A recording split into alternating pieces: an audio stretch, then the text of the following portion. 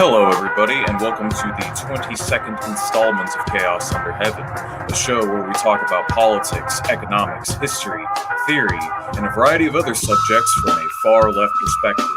I am your host, fellow traveler, and today we are going to talk about a number of current events that have been on my mind. There are lots of things happening in recent weeks, recent months, and it should be a good time. Shout out to my Patreon members. Your gratuity is greatly appreciated. And shout out to the Anglicist and Maoist Third Worldist movements. People like you who are doing work in the real world are the ones that are going to fundamentally change things for the better. So I tip my hat off to you guys. And with that being said, let us go ahead and get started. All right, let's do this. Let's do this, everyone. Let's do this. I'm in a very good mood today. But before we officially get started, am I looking good, guys? Am I looking good? Am I not looking built? Am I not looking fucking powerful and sexy as hell? Oof, yeah. I've been hitting the gym a lot lately. I've been getting my strength gains, my size gains back. I'm going to get in the best shape of my life before I turn 30 within the next 4 years, 3.5 years. Life goals, baby. Life goals. I'm going to be the fucking 5-year plan of gains, goddammit. Let's do this shit. And I'm going to inspire you guys to lift weights as well. But speaking of meat space, and speaking of being active, and speaking of being physical, let us go ahead and talk about this Amazon union business. So with the Alabama Amazon workers, they are in the process of trying to organize a union. And I recently turned out yesterday, being the sole member of the PCUSA in Cincinnati, I turned out along with the members of the Socialist Alternative, the DSA, as well as the PSL, and in an active cohort of leftist unity around the university campus area where I live. We all stood out there and we canvassed, we held signs, and we showed solidarity with the hundreds, thousands of others of socialists and workers across the country who demonstrated yesterday around noon, 20th of February. Solidarity to my comrades out there. Well, now that we are on that note, I would like to talk about something that is going on, something pretty hideous and disgusting that Amazon is doing right now. All right, we are going to review an article. This is one that I found right before the show that I'd like to talk about. Let's go ahead and share the screen. Let's go ahead and share that screen, comrades. Share audio while we're at it. Fuck it. Why not? Anywho. Go away. Amazon hired Coke-backed anti-union consultants to fight Alabama warehouse organizing. The head of the Center for Independent Employees is paid $3,200 per day to thwart what could become Amazon's first unionized facility in the U.S. Damn, $3,200 per day to keep people from organizing and fighting for their rights. That's a hell of a wage. Tell you what, they're able to pay these people thousands of dollars a day to stop workers from organizing. But they're not just going to pay their workers a little bit more and give them some benefits. That really tells you about the value of, or the value system of the ownership class, that they are willing to pay what they otherwise could be paying workers, so that they can live a respectable livelihood. Instead, they're going to go and they're going to pay a group of guys to go and wreck that shit instead. It kind of comes down to that rationale. You really shouldn't be surprised by these people anyways, because these are the same group of people that are willing to renovate missile silos and turn them into underground bunkers and fortresses and hire hundreds of armed guards to protect them for when society's falling apart, rather than taking the same money that they would be spending on all that for their own atomized insulated security, and instead taking that money to help alleviate the suffering and impoverishment of the people around them, making themselves out to be someone in a better light. They'd rather just insulate themselves from the rest of humanity. It tells you a little bit about the mindset and the value system of the ruling class. But I digress. Coffee. Amazon is bringing on a set of well-trained union suppression consultants in its high-profile fight to keep its massive warehouse workforce free from organized labor. The Seattle-based conglomerate recently retained a consultant named Russell Brown to help thwart the union election that began recently as its fulfillment center in Bessemer, Alabama, new disclosures show.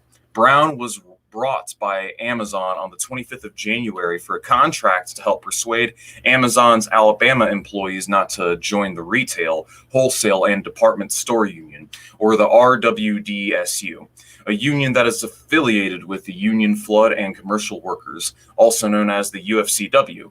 He is paid $3,200 per day, plus expenses for the work. Brown is the head of the RWP Labor, which touts itself as a specialty firm that assists companies in, quote, maintaining a union-free workplace. The company features a team of consultants that includes a former international Brothbart and Teamsters trainer who now assists corporations with defeating union campaigns. The firm brags that it has won many previous anti-union drives and specializes in training company leaders, persuading employees, and developing corporate social responsibility plans devised to prevent union interference. Amazon did not immediately respond to a request for comments. Brown also serves as the president of the Center for Independent Employees, a think tank that has received funding from the billionaire Koch network that routinely lobbies to weaken the political power of labor unions. Nothing new under the sun. The emperor has no clothes. Moving on. The vote at the Bessemer warehouse could be pivotal. If a majority of votes cast of the 5,800 workers at the facility, located in the suburbs outside of Birmingham, favor the union, they will form Amazon's first unionized facility in the U.S. Amazon has worked furiously to derail the effort in recent weeks. The company has sent mass texts to workers warning them against voting to join the union, set up an anti-union website, and sponsored Facebook ads urging workers to vote no. Urging workers to vote no. Now, why could that be? Why is it? Don't you love that, like, in response to all the arguments that leftists make in order to consolidate their workplaces and form a union to fight for their own interests, the only argument the ruling class has is to fillet themselves and victim blame and, fucking tell everyone that they should be grateful for the scraps that they have, and that by letting us keep more of our money, we'll let you keep more of your money. Isn't that funny how that dynamic works out?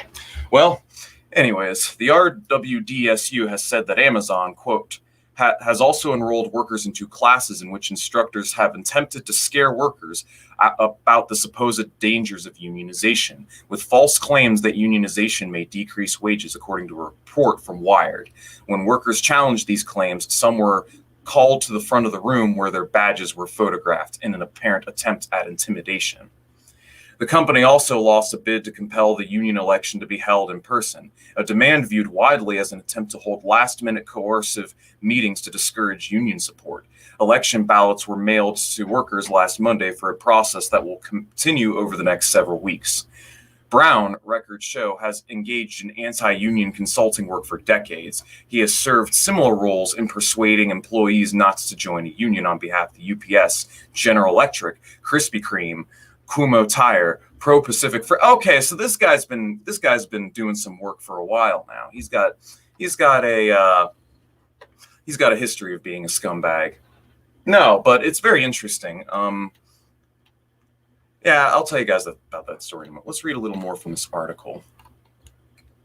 The labor movement has fallen short in many ways of its recent high-profile attempts to organize major employers in the South. A contentious fight in the 2014 at Volkswagen's Chattanooga, Tennessee plant ended in defeat for union auto workers. 3 years after, Boeing workers roundly rejected a labor organizing drive at the 787 aircraft assembly factory in North Charleston, South Carolina. But shifting public opinion around the importance of basic rights at work, shaped in part by the coronavirus pandemic and a shift to more online organizing tactics, has created a unique opportunity for Bessemer workers. Organizers have countered Amazon's anti-union messages on social media and mobilized testimonials from workers attesting to the union fair working conditions at the fulfillment center. Many workers have complained bitterly about Amazon's alleged refusal to take concerns around health and safety seriously, and have said that the company has pressed them to the breaking point with constant surveillance and productivity demands. Oh yeah, Amazon's known for that. Okay, so let's go ahead and cancel that out for a second. So, story time, comrades, story time. I used to be an Amazon worker once upon a time. And I remember that when I worked at Amazon in times long past, one of the very first things they did was give us a 20, 30-minute presentation about why we didn't need a union, why, unions are bad, okay, and why we shouldn't unionize and organize our workplaces. Well, the reasonings that they use are largely bullshit, and I actually have some theory that I'd like to reference to outline this point. There's a glorious book, or a glorious pamphlet, written by a man known as Karl Marx, I'm sure you're all familiar, known as Value, Price, and Profit. The thesis of which of the book is basically countering the claims by Ricardian socialist Weston, I believe that's his name, Weston. I was reading it last night. And basically, the general claim is that if we fight for better wages and better conditions, then the capitalists are just going to raise the prices of their commodities and raise the prices of their services to compensate for the losses. But Marx basically proves within the text that this is not the case when you actually look at the real world and the effects of this. And really, the actual material effect of it is it just cuts into capitalist consumption. And that the real inflation that does occur, if it does occur at all, is actually pennies on the dollar when you actually raise wages and give workers more benefits. It's pennies on the dollar because, nominal increases in inflation and so on. But the point of the matter is that capitalists do not decide the prices of their commodities and goods. They don't individually pick directly what they sell their goods and services at. It's actually dictated on a combination of market pressures, but really it goes back to the labor theory of value. However much time it takes to keep people employed or keep people, to produce these goods and services is ultimately what it's going to be tied to. And some of the funny arguments back in that day when people were working 12-hour days back in the day was that the capitalist only profits from the last hour. He only profits from the last hour, and if we were to cut the workday and make it shorter, then the capitalist is not going to get his profit, and the business will shut down. But this is not the case when you actually look at the real world. So I'm all in favor of it. I'm in all support of it. Ignore the bullshit. Amazon workers definitely need a union. I remember when I was part of CVG3 back in my days, part of the Amazon workforce, that they cracked the whip in that building. They cracked the motherfucking whip. I remember, man, they wanted us to scan 400 or 500 items per hour. They wanted us to hit certain rates with the number of scanning and packaging. They tailored motherfuckers. I remember one time I actually met quota. I was floating at quota all day, and I got approached by the area manager, and she's like, "Well, hey, Jeremy, you haven't met. I see that you're just hitting rate," and I'm like, and I see you're low on your rate right now, and I'm like, I'm fucking hitting rate. What the fuck are you complaining about? I'm like, what the fuck is that shit? You're gonna get on my ass just because I'm right at the quota? They're the type of motherfuckers that wanted you to go above and beyond, though. They wanted you to go above and beyond. And yeah, they'd give you an extra 10-minute break card, extra 15-minute break card, or vendor bucks that you can only spend to buy unhealthy, disgusting snacks out of their vendors, to try and encourage workers to go above and beyond. So just a little personal anecdote of mine. But yeah, it's just class warfare in its finest. A fine text that kind of pertains to the subject whenever clowns try to organize or try to argue against labor organizing is they'll make claims that, capitalists will just proportionately raise the cost of their goods and services, and unions are bad for XYZ reasons. It's all bullshit when you actually look at it. And Value, Price, and Profit is a tremendously good text, very helpful text that addresses this argument in detail.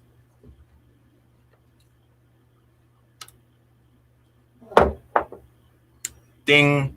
Ding, right there. Ding, absolutely, positively, 110%.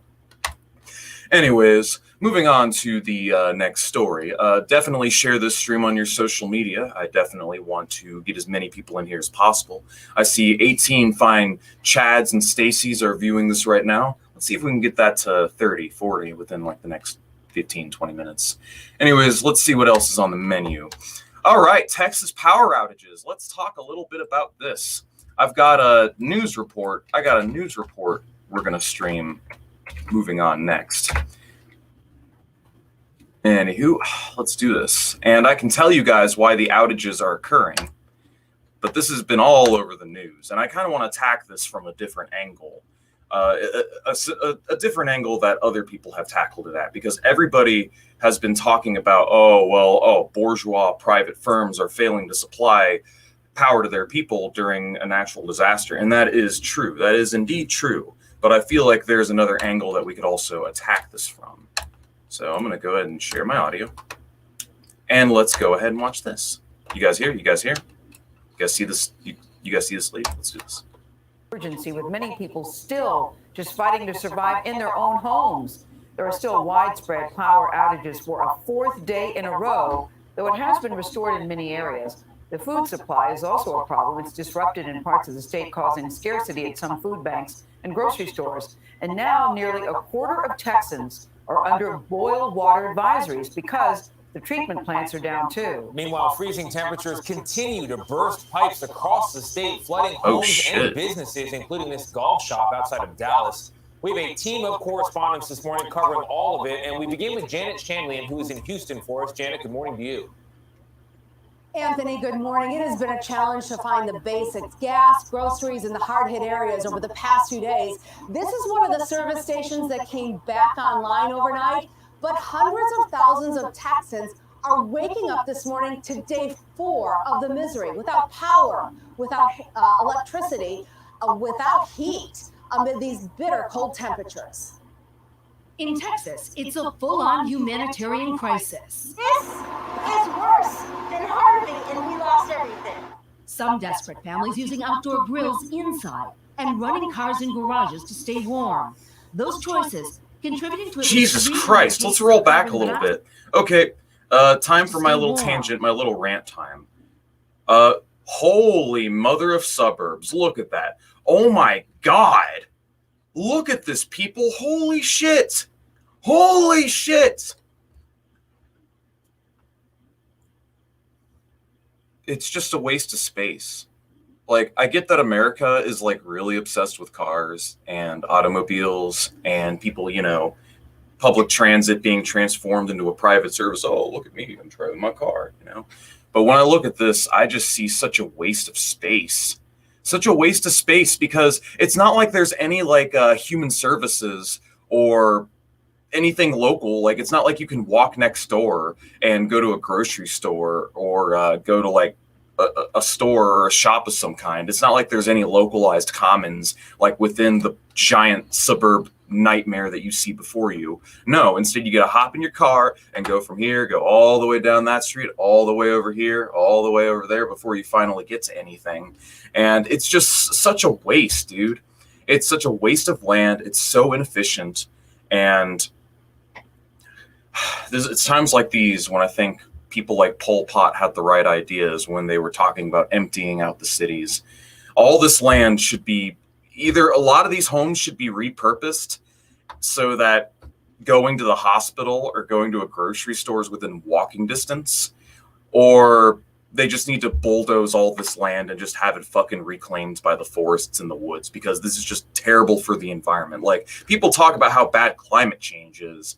This right here, all this concrete, all this pavement is a driving feature, is like one of the driving features behind it. It's wasteful, it's inefficient. I could go on and on. Fuck suburbs, dude. Like, seriously, fuck suburbs.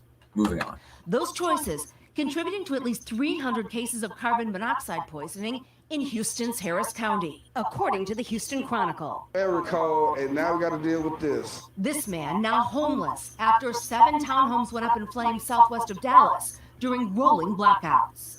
How'd they go up in flames? Supplies, especially water right now. With temperatures below freezing, an hour-long wait just to get into this grocery store. Inside, some shelves bare. And at this market, customers waited in the dark. Yeah?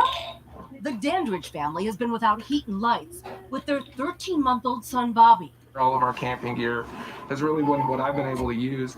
And then I've been boiling pots of water. It's, it's kind of steamy in here. It's kind of survival. Remember, guys, Been trying to fix his socialism is when there's bread lines and everything's inefficient and wasteful. Just coming out, and our water bill Remember probably that. be outrageous over there. And this morning, no end in sight. We're hearing from families all over the county. Man, I'm just seeing all these human rights abuses. I'm seeing all these bread lines, and I'm looking at this terrible, terrible third world country. They look ripe for regime change to me. I don't know about you guys. Are gonna get meaningfully better very soon. So this could go on for days. I believe it could, because they still haven't gotten additional generation online. Every hour that passes, things are getting I need to worse. write a letter. I need to write a letter to the president of China and ask him to bomb the United States and invade us and do regime change, because obviously this is a humanitarian crisis, right? This is the good old humanitarian crisis we love to concern troll over other nations and the shit that's going on over there as an excuse for us to fuck with them and sanction them and so on. Well, look what's going on back at home. But hypocrisy aside, there's a reason why these outages are happening, and I read about it. A lot of it actually comes down to the source of power for Texas. Texas is one of the greatest power generating states in the country. Like, they generate a lot of kilowattage, like, believe it or not.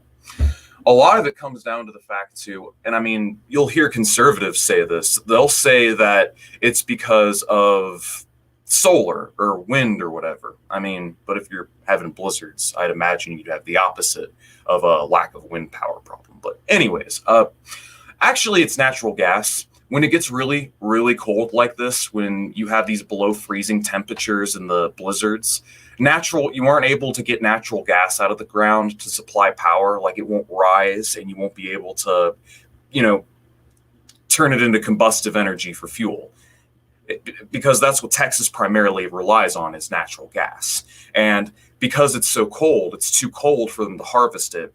And that's the reason why they're having these outages and the reason why they're having these shortages. So, I mean, if you are going to do an anti-capitalist plug around this, the best thing that you could really say is, why aren't they on nuclear? I mean, natural gas is great and all, but it's very archaic, very out of date. I mean, it's more efficient than coal, I suppose. For me, I am of the opinion that we should be using a combination of tidal, solar, wind, geothermal, and nuclear, with nuclear and geothermal being our primary reservoirs. Because if the heat's resonating from the earth, you're not going to have to worry about some blizzard making things too cold to harvest heat from the bottom. Because when you go fun fact, when you go 6 feet under, just 6 feet under below the ground, it's 60 degrees year round, no matter what. It's always 60 degrees, 6 feet under, and the deeper you go, the warmer it gets. So geothermal and nuclear, and really the revamping of our energy infrastructure, would really be the main solution to these problems. The reason why it happens is because these are large-scale projects that simply aren't profitable. Like, I used to work for Southern Cross, a subcontractor for Duke. And during my tenure with this company, I learned that the way that Duke Energy makes its money is not actually through the electric grid, like supplying power to all these different homes. The way that Duke Energy makes their money is through contracts with big factories and corporations, supplying them with power and making the power sources for their manufacturing.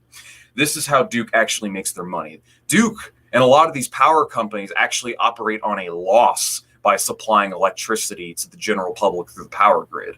So then how do they do it? How do they manage it? How do we not manage to live in Kapistan situation where only like 20% of the population is plugged into the electric grid? Well, the answer is that we subsidize them with our tax dollars. Duke Energy is subsidized. The power companies in Texas are subsidized. They're subsidized off our tax dollar to compensate for the loss. So if that's the case, Lord knows there's no private sector solution to this. There simply isn't. The state is going to have to step in to revamp the power grid. And just to let you guys know, more ranting time. Fun facts, but did you know that our power grid is currently overclocked? Like at the moment, the U.S. power grid is overclocked because our electrical lines were built at a time when the U.S. population was a fraction of what it is now. Back when the countryside was electrified in the 30s, 40s, and 50s, it was at a time when there were about a third as many people as there are now in the United States. As of now, we've got 330 million, and they're all using more electricity. You go from 100 million people that are plugged in to 300 million people that are plugged in, and that are using this electricity not just at the same, but at an increasing rate. People are using more power than ever before at an increasing rate, and there's more people tapping into the electric grid than ever before. You know, there's smartphones and all that, and now we're talking about getting all these electric cars on the streets, and now we're talking about all the Musk cars. You know, we're already beyond 100%. Our power grids are cripplingly overclocked as is. So now we're talking about putting hundreds of millions of electric cars on the grid as well. One way or another, we're probably going to end up with some major infrastructure spending just because this simply is not sustainable. We are going to have to overhaul our power grid. Like this, the way things are as is cannot and will not go on. It's just simply not fucking possible. So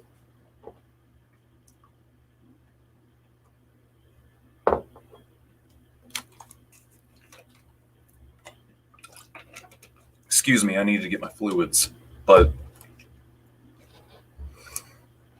yeah, so for all the free market stands out there, it's pretty much going to take a massive, centrally planned effort on part of the state in order to change this. And the hilarious part of this is that the United States government has been completely neutered from its ability to do anything like this because it's just been so privatized and so centered around profitability that to do something like this really isn't in the cards at the moment. It would require a lot of massive structural change and reform. So I think we might just get an FDR 2.0. I think we might, you know, but last time we got an FDR 2.0, it sort of led to another world war. So sit and brew on that one, if you will. So one more little story that I want to tell before we move on, my friends, is this. So my sister works at a water treatment plant. She works at a water treatment plant. She is a poop queen, a poop diva. Her job is to take all the poop and filter water or dirty water from our streets that, you know, because a lot of people have this idea that when you run that faucet or when you flush your toilet, you know, when you go to pee or poop, it just disappears into the ether, into the void. No, that dirty water goes into our pipes and into these water treatment plants. And these water treatment plants, too, are very much out of date. Approximately 30 to 60 years so. They're all out of date. All of our infrastructure is like half a century out of date. It's not just our electric grids. You know, I'm sure a lot of you are familiar with the Society of Civil Engineers that give us D's and F's on our infrastructure ratings. And well, her water plant is another case where you have a plant that was designed to treat so much water for so many people. Now we have like 2 to 3 times as many people as we did several decades ago using water at an increasing rate. So they can't treat all this water that's just coming flooding in. So what they end up having to do is shock it with bleach and then bypass it into the Ohio River. So, you know, and bleach, don't get me wrong, bleach is a great way to sanitize water, but like it doesn't get everything out. You get a lot of stuff that just goes through that bypass when they bypass it into the river. A lot of dirty ass shit that's able to get through that doesn't end up getting cleaned up. So it's having a negative impact on public health. It's just a sign of the slow decay and stagnation and the lack of goal and general vision of the United States. What does that mean? There's this great, it's the flag and ball meme where he's tipping his shades and giving the thumbs up. And he's like, when your system cannot fail because there are no goals, rules, or promises, and every outcome is the correct one. That's the United States in the nutshell. As long as like tiny sliver of minority of oligarchs make their money. It doesn't matter, you know, if we let our rivers get a little more polluted, if we have all this air pollution going around and about. It doesn't matter if we have these massive power outages. It doesn't really matter. As long as they're making their money and they get their cut. I mean, this is a zero-sum game after all. All right. So I think that's all I have to say for now. Before we move on to the next point, I'd like to scroll back. Mao's Third Worldist movement was talking about his time in Cuba. Let me go back at the very beginning. I actually want to reference that. Let's see. Yeah, I hope you enjoyed your stay in Cuba, by the way. I've always wanted to go to Cuba. You've mentioned that the Cuban youth are revolutionary and very angry at the mass privatization. I don't want to get too deep into the privatization, but unfortunately, it's kind of a necessary, I don't want to say a necessary compromise, but it's like, this is the issue with being one socialist country surrounded by capitalist imperialist powers, all right? Any country on planet Earth, and just about every country on planet Earth, that has attempted to do a socialism has been ruthlessly and relentlessly fucked with by the United States and the Western colonial bloc.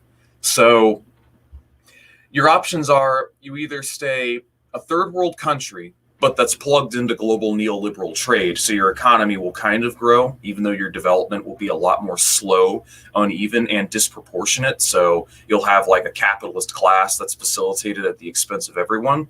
Or you could have a humane socialist system that does benefit everybody, but you're limited to the resources in your region because you get sanctioned into oblivion, you know? So your options are, you're either going to turn out to be Nepal and, you know, go the neoliberal route, or you're going to try to do a socialism and become the DPRK because no one's going to be allowed to trade with you. So your economy is just going to be stagnant and left in the dust. And that's kind of the sad reality of things until we have another wave of socialist revolutions.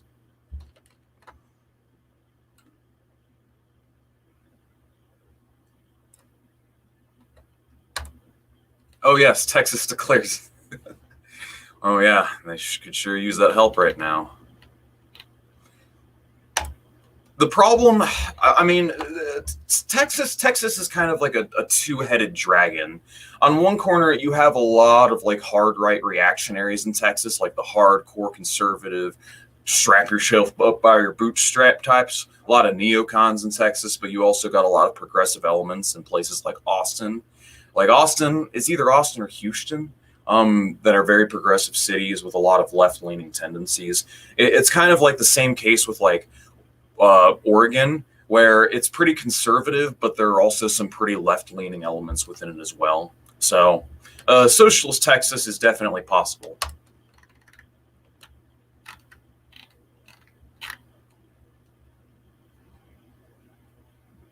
Anyways,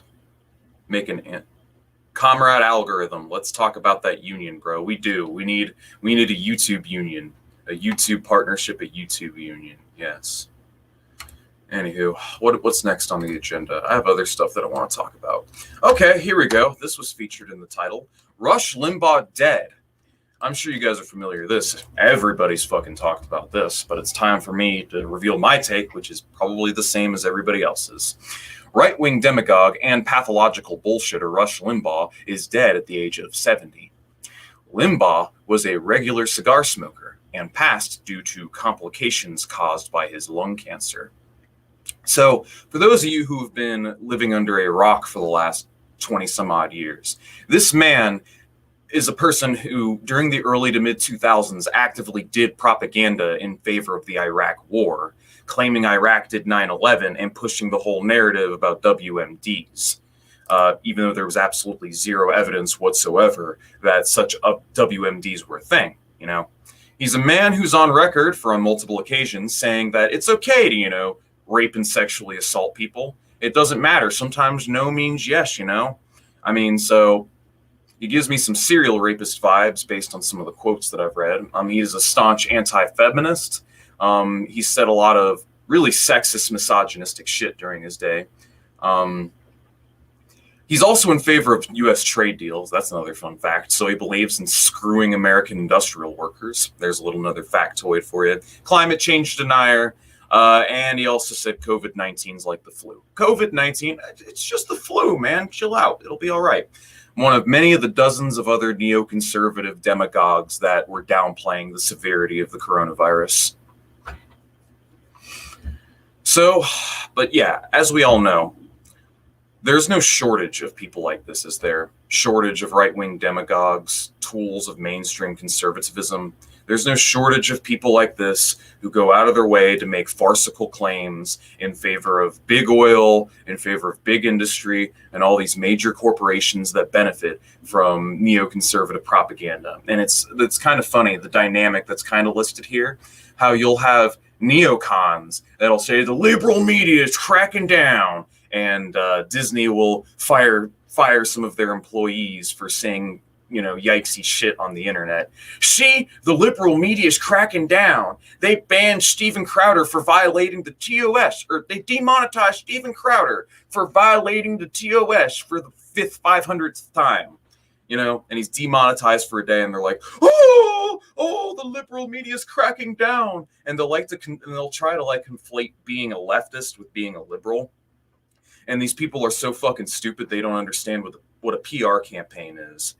They don't understand what bourgeois factionalism is, how some sects of the capitalists benefit from neoconservatism, so they'll fight for that message and rhetoric, and they'll push grifters like Rush Limbaugh into the public discourse. And then you have the neolibs, like the tech giants, the oligarchs, that'll, they'll create their little Black Lives Matter face masks, their LGBT flags, like Apple and Amazon, the tech giants, which are very, very much so prevalent. But that's a different rant for another story, and this will tie into the next story that I would like to talk about here in a moment. Kitty, where do you think you're going? Kitty, my kitty wants out of the room. I'll be right back. All right, Kitty, you want to leave? Everybody, before you leave, here, say hello to Kitty. Say hello, Kitty. Hello. All right, Kitty's out of the room.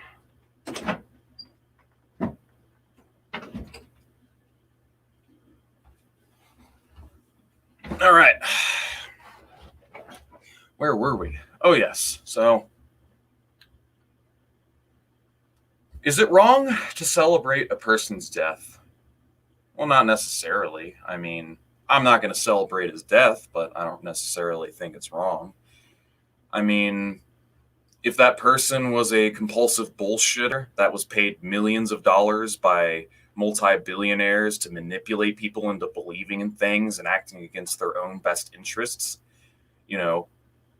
if their job is basically to spread lies, and for those of you who don't know, lies are a form of violence. What he did effectively is a form of violence. What he was an active enemy of the people, actively harming people with his rhetoric. And considering the countless of people that were impacted and influenced by him in the most negative way imaginable, considering the part that he played in holding us back as a species, all I'm going to say is this, all right? I'm not a religious man, all right? I do not believe in God. Maybe you guys do. I do not, to each his own. But what I will say is, based on my own beliefs or lack thereof, it's a shame that there isn't a hell for this man to burn in. And with that being said, fuck Rush Limbaugh. May he rest in pieces. But is that really going to be the end of it? Like, when you look at people like the Limbaughs, the Bill O'Reillys, the Alex Jones, the Steven Crowders, the Ben Shapiros, these neoconservative snake oil merchants, when you look at people like this, is there really anything you can hope besides that these people, well, I can't advocate for that. So I'll just say, don't you just wish all these people would just be rounded up and, what's a good euphemism? Taken on a trip to Belize. Yeah, taken on a trip to Belize. Don't you just wish all these snake oil merchants were just rounded up, put on a boat, and just all took a long extended vacation to Belize? Well, it's okay if you feel that way, but the truth is that there's no shortage of people like this. They are spawned by the neoconservative powers that be, the likes of the Koch brothers that benefit from them and their rhetoric. So even if you were to send them on that extended trip to Belize, there's no shortage of grifters or snake oil merchants that would simply take their place. So be happy as you will that Rush Limbaugh is gone, but, you know, the system creates people like this in the first place. So another Limbaugh will come to take his place. Who knows? Maybe Shapiro pretty much is the next Rush Limbaugh. So, but anywho, no worries. So speaking of cancel culture, and speaking of right-wingers bitching and whining that they keep getting canceled by tech giants and falling on their swords for the sake of their the PR campaigns of neoliberal tech giants, Gina Carino has been fired. For those of you who don't know, Gina Carino is the actress for the lady from The Mandalorian. Now, shout outs to B-Level, because I know he's a huge Star Wars geek, and I too like me some Star Wars. I like me some good Star Wars. I do watch The Mandalorian. It's some dank shit, all right? Well, this actress, because of some controversial things that she has said on social media, has unfortunately lost her job. You probably don't know who she is. Gina Carino, right here. She's mixed martial artist. She's like the most jacked woman I've seen in my life besides the pro wrestler China.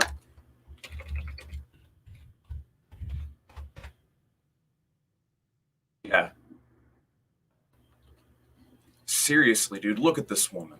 Look at this woman. She's built like a fucking brick. A brick wall. Look at her. Jesus, man. She's huge. She's fucking ripped, dude.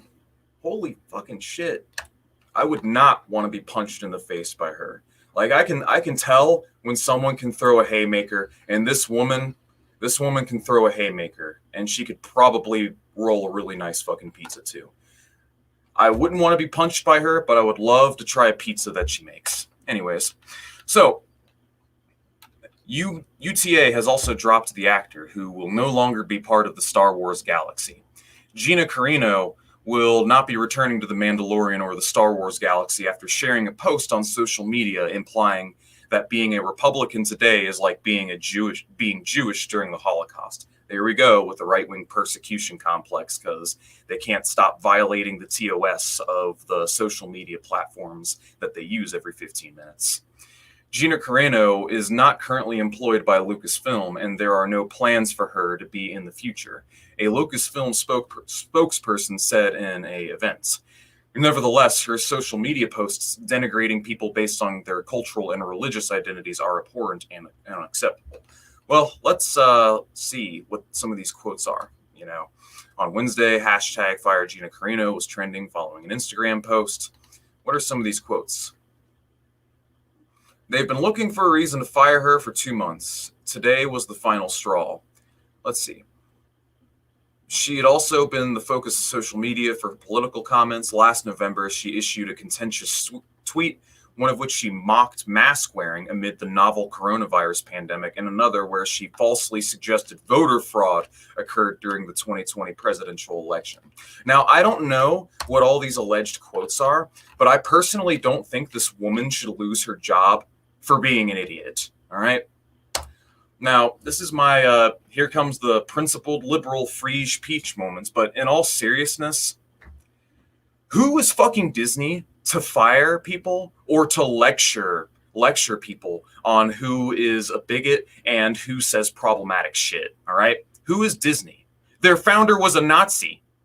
Like, seriously. They've pushed tons of racist and sexist subliminal messaging throughout a bunch of their films. So for Disney to fire her for saying stuff that isn't even that controversial, but just dumb. Like, I don't really think she even said anything that bad. She just said some stupid shit. But for them to fire her, to blame their employees in order to save face is massively fucking hypocritical considering their goddamn track record. And I don't think anybody should be in favor of this. Anybody whatsoever. You shouldn't be fired and you shouldn't lose your job just because you might believe in some silly stuff or you might say something stupid to your friends on the side. I don't believe you should be fired for your beliefs. All right? I mean, maybe you should be fired. I mean, if you do something that's considered harassment, like if she was, you know, saying racist shit to some of her black coworkers, you know, like if she was actively being a bigot, which I see no substantial evidence of here, then yeah. I mean, but even then, that's kind of yikes. I don't know, man. I don't know about this. I don't agree with this at all. She does not deserve to lose her job over this, and it's massively fucking hypocritical. I'll tell you what this is, guys. Let me tell you what this is right now. This is another yet example number 3,900 of a big corporation basically reaping massive sums of profit and then externalizing its bullshit onto other people, blaming individuals for its own bullshit. You know, oh, it's not the corporation's fault for XYZ. It's actually your fault for mental gymnastic reasons 1, 2, and 3. And this is just a way for them to skirt blame and to shift blame onto someone else when they have a god-awful track record. This is like the pot calling the kettle black. More like the vortex, the black hole calling the kettle black. So I just wanted to touch up on that. I read this story a couple weeks ago, and it was really pissing me off. Fellow traveler.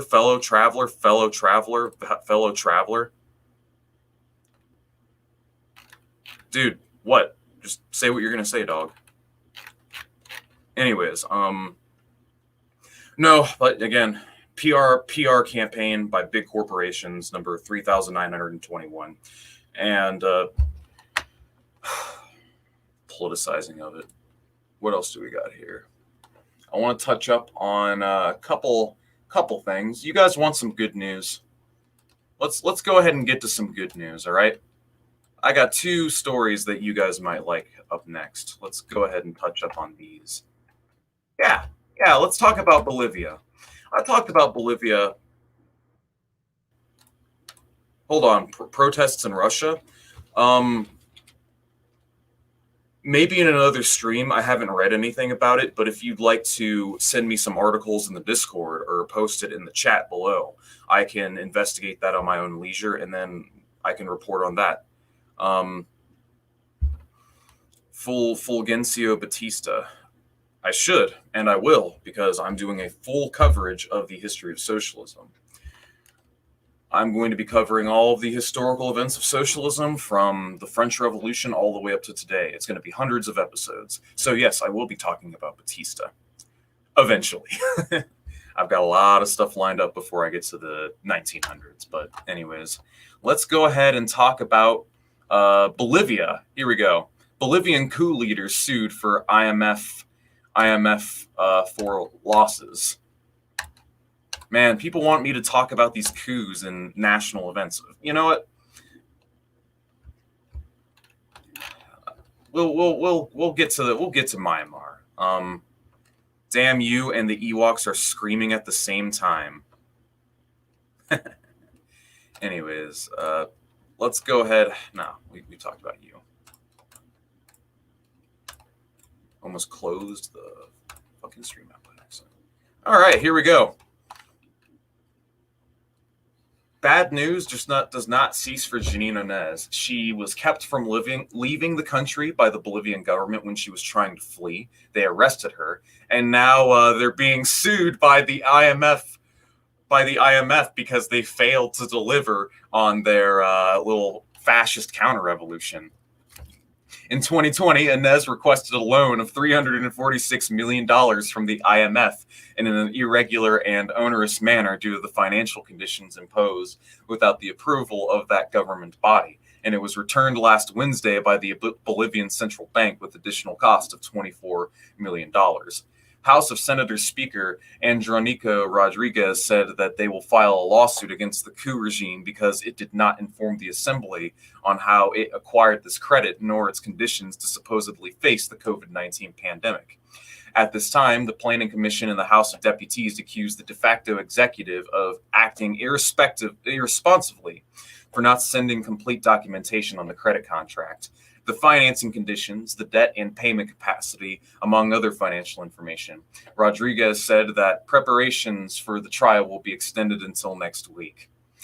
A a communique from the Central Bank of Bolivia revealed that the refund of the amount borrowed amounts to $351 million in terms of commissions and interests accepted by the de facto government, which constitutes a violation of Article 158 and 322 of the Constitution and other related laws in force. That's fucking great. That's fucking great. Get fucked, Janine Inez. Get fucked. You know what they say, guys. The billionaire oligarchic money giveth, and the billionaire oligarchic money taketh. And I'm so glad this bitch is getting sued the fuck out of. It's about time we started getting some goddamn justice and retribution around here. But yeah, this is just a short little story that I thought I'd report on. Everyone wants me to talk about this Myanmar coup, all right? Oh yeah, no, absolutely. The IMF, exactly, they'll turn on you. This is, once again, capitalists externalizing the costs, you know? It's all about blaming anybody but themselves for their own actions. They're the ultimate fucking hypocrites in this regard. But who cares about them being hypocrites? They rule the world. They can be as self-contradictory as they fucking want, you know? And it's up to us to do something about it. So anyways, someone wants me to talk about Myanmar. So let's talk about Myanmar. I'm going to do a quick Google search.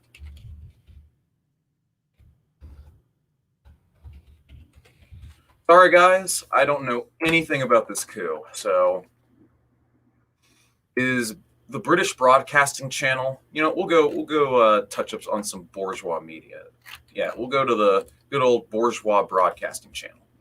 Myanmar coup, Aung San Suu Kyi detained as military seizes control. Myanmar military has seized power after detaining Aung San Suu Kyi and other democratically elected. Ooh, is this another fascist coup backed by Western powers? In other news, water is wet. Troops are patrolling the streets and in nighttime curfew is in force. With a one-year state of emergency declared, U.S. President Joe Biden raised the threat of new sanctions, with the UN and UK also condemning the coup. The army... Oh, well, never mind. That's different. The army alleges recent landslide elections. Party was married by fraud. She urged supporters to protest against the coup in a letter written by the preparations of her impending determination. One 25-year-old resident who asked not to be mad.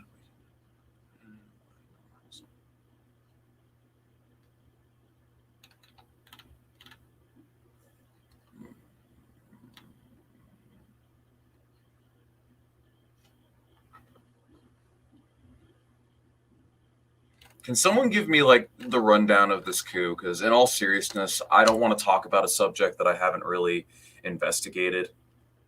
Oh, fuck. Well, tell them to chill out. I don't know. I don't care. Just play both streams at once. Have me talking in one ear and have the Ewoks talking in the other. I mean, nothing you can't handle. I'm sure you're a smart cookie. Yeah, but yeah, I don't really want to talk about the Myanmar coup because I literally don't know anything about it. Anyways, what type of lifts do I do? I mainly stick with compound lifts with a barbell. I kind of rotate. I'll explain in detail what exactly my lifting routine entails. But in short, I'll do like an A-B type setup. I'm doing full body workouts 4 times a week. One day, I'll do a squat, press, barbell row. And then on the second day, I'll do a deadlift, bench press, and weighted chin-ups. And then I'll do accessory work after that. And then week by week, I'll do like variations in between those lifts. And I just center around getting stronger and prioritizing the first 3 lifts. And then doing assistance work centered around improving those lifts. But yeah, I'm doing full body workouts 4 times a week. My strength is skyrocketing. I've been getting my strength back very quickly. Unfortunately, my bench press is still pretty dog shit right now. I need to work on bringing that up. But all glorious things in due time, comrade. A small win for labor. Oh, here's what I wanted to talk about. Here's the other bit of good news. Little win for labor. So the Supreme Court ruled that Uber drivers are not, in fact, self-employed.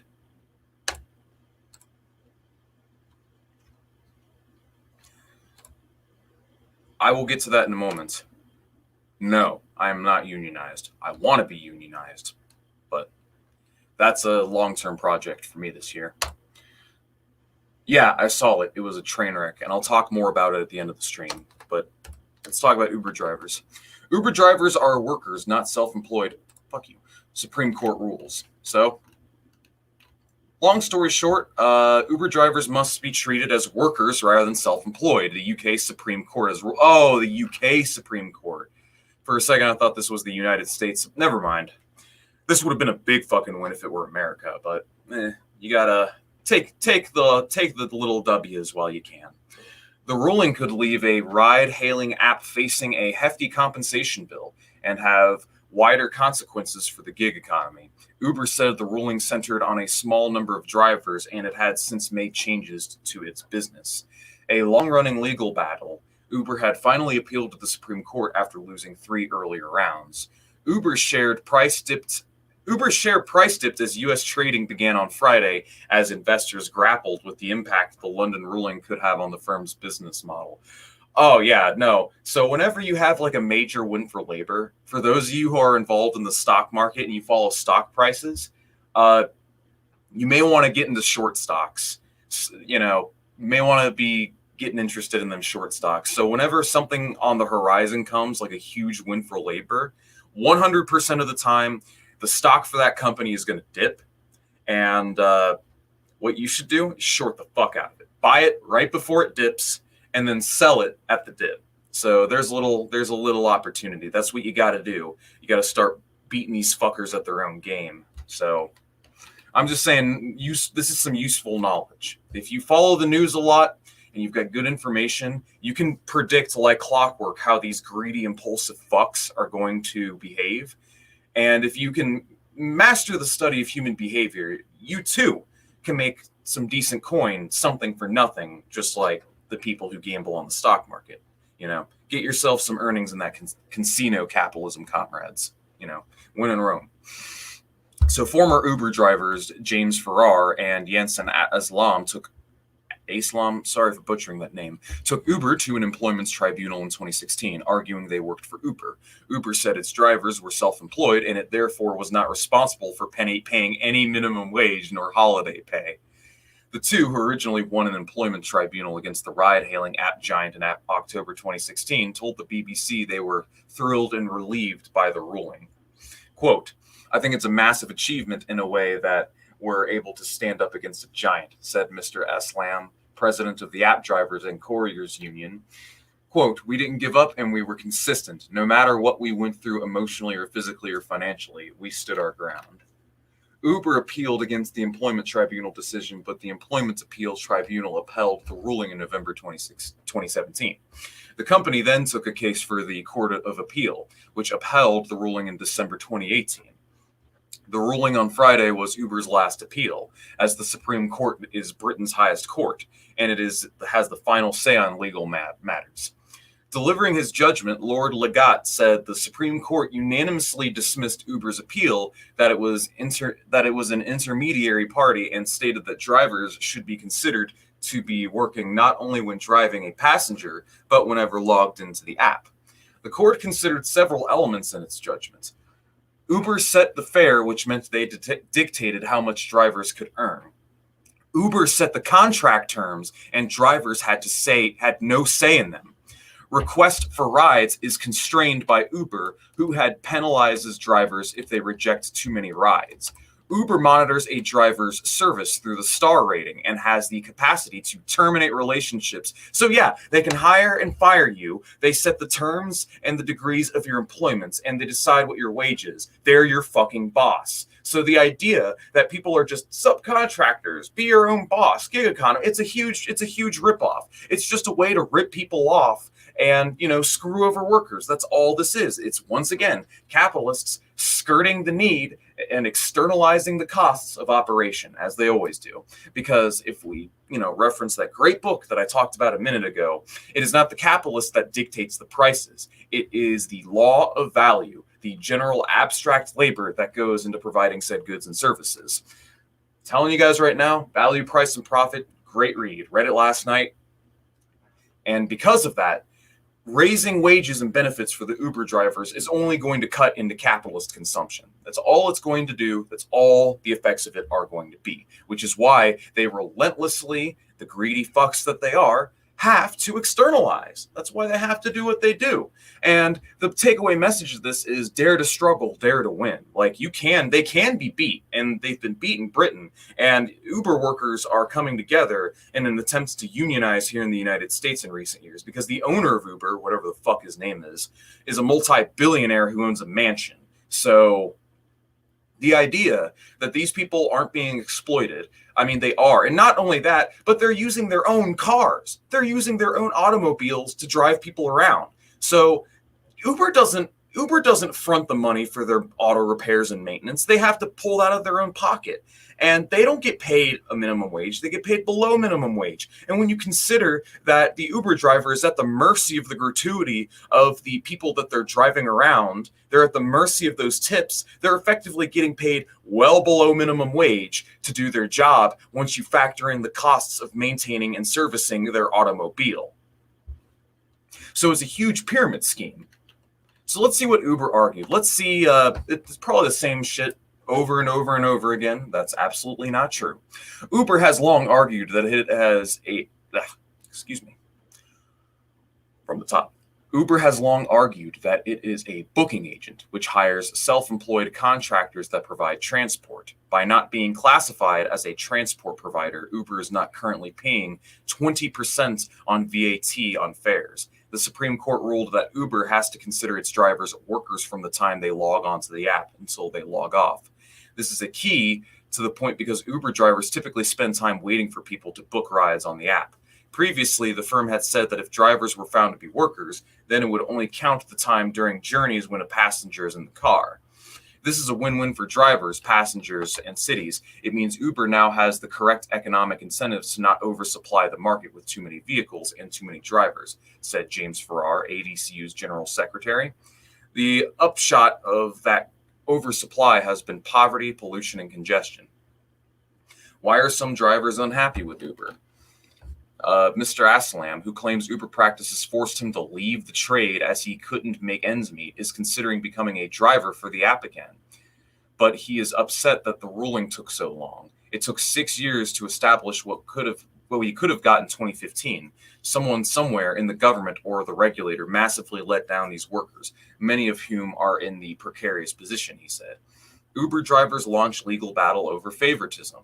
The Uber driver, these are just other stories. Mr. Farrar points out that fares down 80% due to the pandemic. Many drivers have been struggling financially and feel entrapped in the Uber system.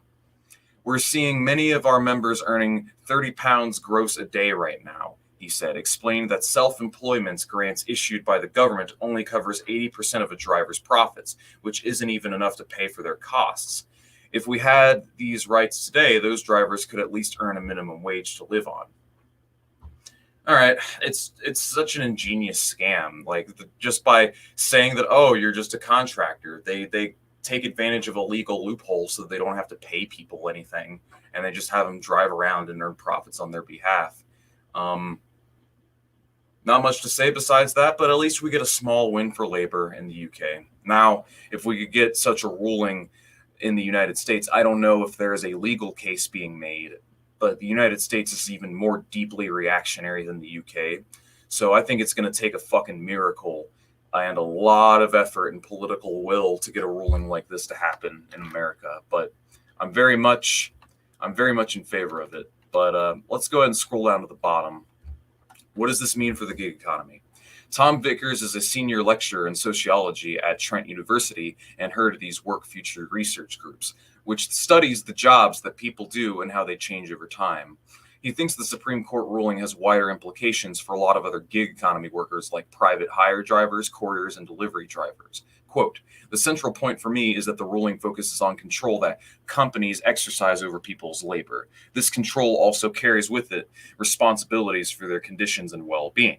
This is even more important for the context of the pandemic. As for Uber, Rachel Mathieson, senior associate of Bate Wells, which represents Mr. Farrar and Ms. Aslam, said her firm's position was that the ruling applies to 90,000 drivers who have been active with Uber since and including 2016.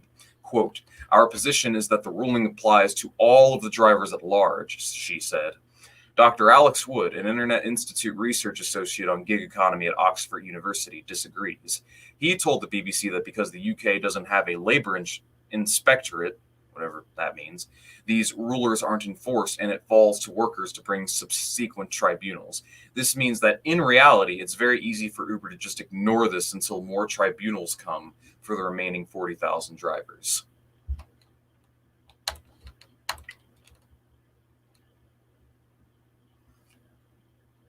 I have no other commentary. I feel like I've said everything that I have to say, but power to the Uber driver. Uncritical support for the Uber driver. I hope they succeed in their mission. I hope they are able to get an increase in wages and that their ventures will be very fruitful.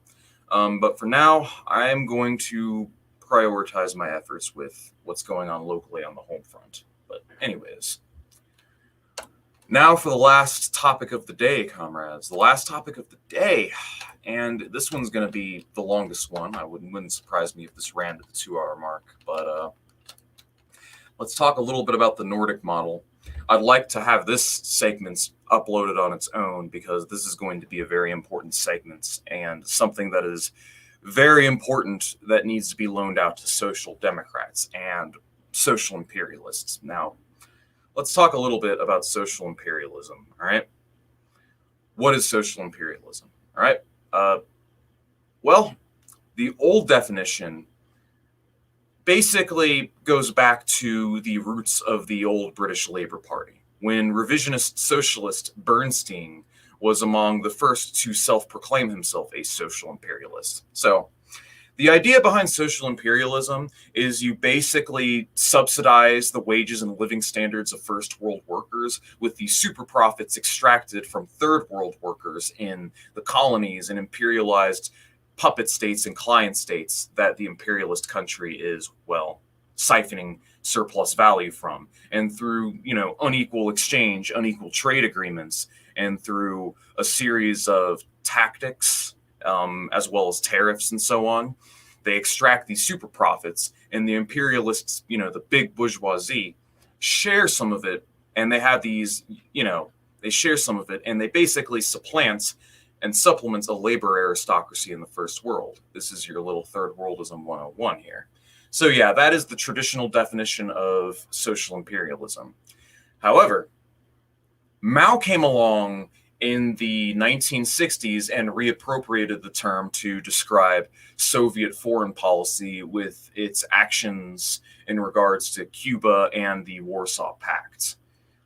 Same with Hoxha. Hoxha and Mao appropriated the term and basically redefined it to mean when big socialist country do something to small socialist country.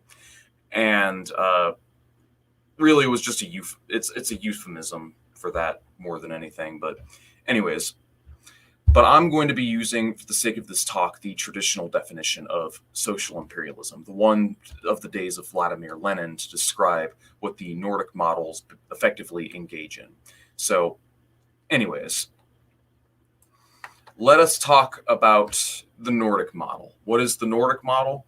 It is the socioeconomic model of the Nordic countries. Your Denmark, your Norway, your Switzerland, your Netherlands. The Northern European countries that social democrats love to whack off and adulate as the pinnacle of human civilization. The Nordic countries boast a very strong social safety net, large union presence, lots of worker rights, very, very high progressive income taxes, very solid human services, strong public transit, and some good environmental protections, and some of the highest human development indexes in the world. So, in short, they're very clean countries. They have very well-regulated capitalist economies. They're thriving capitalist economies. They take good care of their people. They have massively reduced poverty, and they have massively diminished income inequality, and they're some of the nicest places to live on the planet. So in sheer vacuum, in the sheer void of space, the mindset of our social democrat is very reasonable. When you have the mindset where you just take the world as is and you look at you know, what are the nicest places to live and what policies are they engaging in and what's working out for them, then yeah, one could argue that the Nordic model is the best model within this mindset. However, if you don't just look at these countries in a vacuum, if you take a global look at the way the global economy behaves and not just the way that these Nordic countries behave in their own isolated pockets, you will come to see that there are some very inconvenient truths that come with the Nordic model. And I have an article that I would like to overview here on telesurenglish.com. I've actually multiple articles that I'd like to overview for this segment.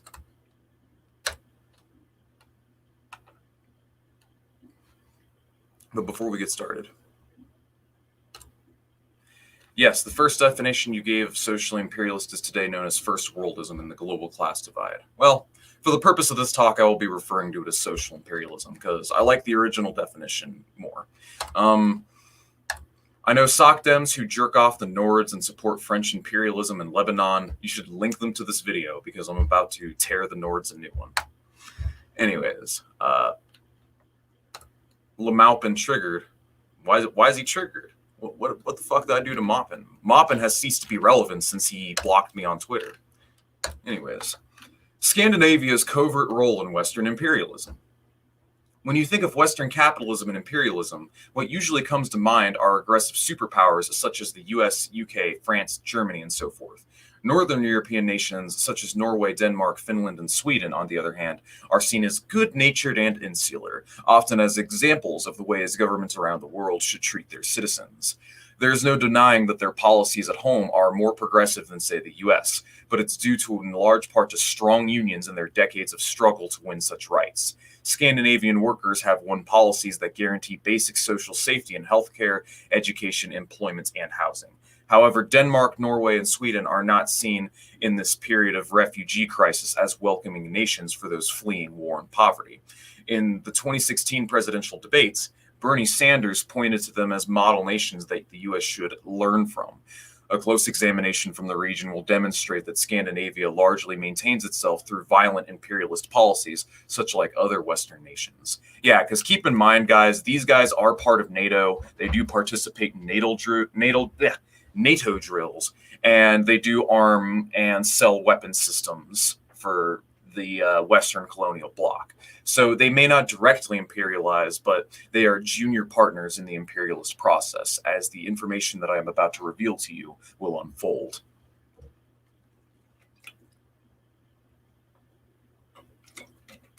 In 2008, Norwegian communications multinational Telenor, partly owned by the state, was exposed in a documentary as partnering with a Bangladeshi supplier that employed child labor in horrendous conditions.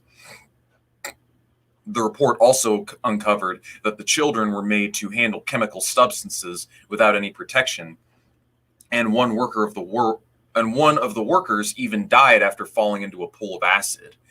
Not only was the treatment of workers unacceptable, they also ruined the crops of farmers in the surrounding areas with the waste from the plant. Like other Western multinationals that deliberately go to developing world looking to save money on labor and operational costs, the company washed its hands of accusations, denying knowledge about their partners' inhumane practices. Similarly, Norwegian oil and gas company Statoil, also partly owned by the state, has been involved in multiple corruption cases around the world, especially in undeveloped countries, where they have bribed state companies and government officials in order to obtain licenses for extraction. Their involvement is not only limited by these aggressive economic practices, they are also deeply involved in the West's military exploits. Norway dropped 588 bombs on Libya, but scarcely is mentioned as being part of these imperialist operations. Statoil has since started joint extractions operations worth millions in the ruined country. Sweden's foreign policy record is no better. Technology firms like Saab, Bay Systems, and Bofar compete with US and Israel in their developments of large variety of weapons that are sold to 55 countries around the world, in deals worth billions. It seems that Sweden, like their Norwegian neighbor, actively participates in denying human rights to millions across the globe, and especially in underdeveloped nations. The Swedish clothing giant H&M can retail affordable products in rich nations and make huge profits only because they exploit and underpay workers in impoverished nations such as Bangladesh. Thank you. As John Smith points out in his book Imperialism in the 21st Century, only 0.95 euros of the final sale of price of an H&M t-shirt remains in Bangladesh to cover the costs of the factory, the workers, the suppliers, and the governments. The remaining 3.54 euros goes for taxes and transportation in the market country, with the bulk going to the retailer. In other words, Western nations capture most of the profit, although it is the poor workers in nations that have put most of the input in terms of labor and resources. Thank you, John Smith. Great book, by the way. Read it. Imperialism in the 21st Century. The Danish-British firm G4S is the world's largest security company and is known for its long list of controversies. They have supplied service to Israeli prisons and checkpoints. They have been accused of mistreatment of immigrants in detention centers. They also have played a huge role in protecting Western imperialist interests, such as oil refineries and the territory around the Dakota Access Pipeline. However, since the UK is known as the most aggressive of the two nations, the Danish components is frequently swept under the rug, despite the fact that they were the founders and developers of the company. It is no surprise, then, that the Nobel Peace Prize, which was found in Sweden and based in Norway, has given known warmongers such as President Barack Obama and Colombian President Manuel Santos, among others, the reward, and some argue a highly political moves. The Nordic model, as it has come to be known, is hardly a system that we should look for inspiration. No model, system, or structure that depends on the exploitation and domination of others can be ethical. Western nations and their people, if they are to be taken seriously by the rest of the struggling world, must begin about developing socialist political and economic structures that are internationalist and, crucially, anti-imperialist at their foundations. The social gain won by Western nations cannot and should not be made at the expense of the exploited nations and people of the global South. This social imperialist dynamic seen in Scandinavian nations will ultimately fail in the long run, as it is harming more people than it is benefiting. So few tens of millions of people in Northern Europe prosper, and they're doing very well in their social democratic bubble. Like I said, you isolate these countries in a vacuum, and their system works.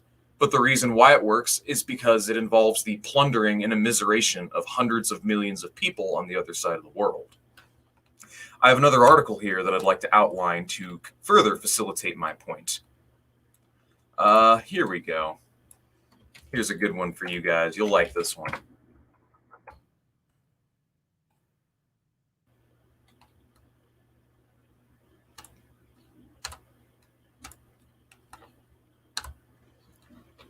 Sweden's dirty secret. It arms dictators. Alongside a global reputation for peacemaking and generous foreign aid, Sweden has become a major world supplier of weapons, counting a number of regimes criticized for human rights abuses among its customers.